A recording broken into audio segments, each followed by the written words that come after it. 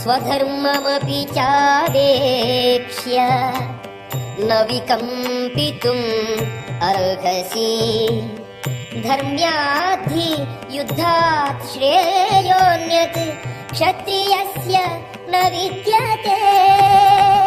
క్షత్రియుడుగా నీ ప్రత్యేక ధర్మమును పరిశీలించినను ధర్మానుగుణమైన యుద్ధము కంటే మేలైనది మరియొకటి లేదని నీవు గ్రహింపవలయును.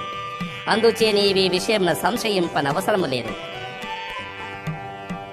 యదృచ్ఛయా చోపపన్నం స్వర్గద్వారం అపావృతం సుఖినః క్షత్రియాః పార్థ లభంతే యుద్ధం ఈదృశం.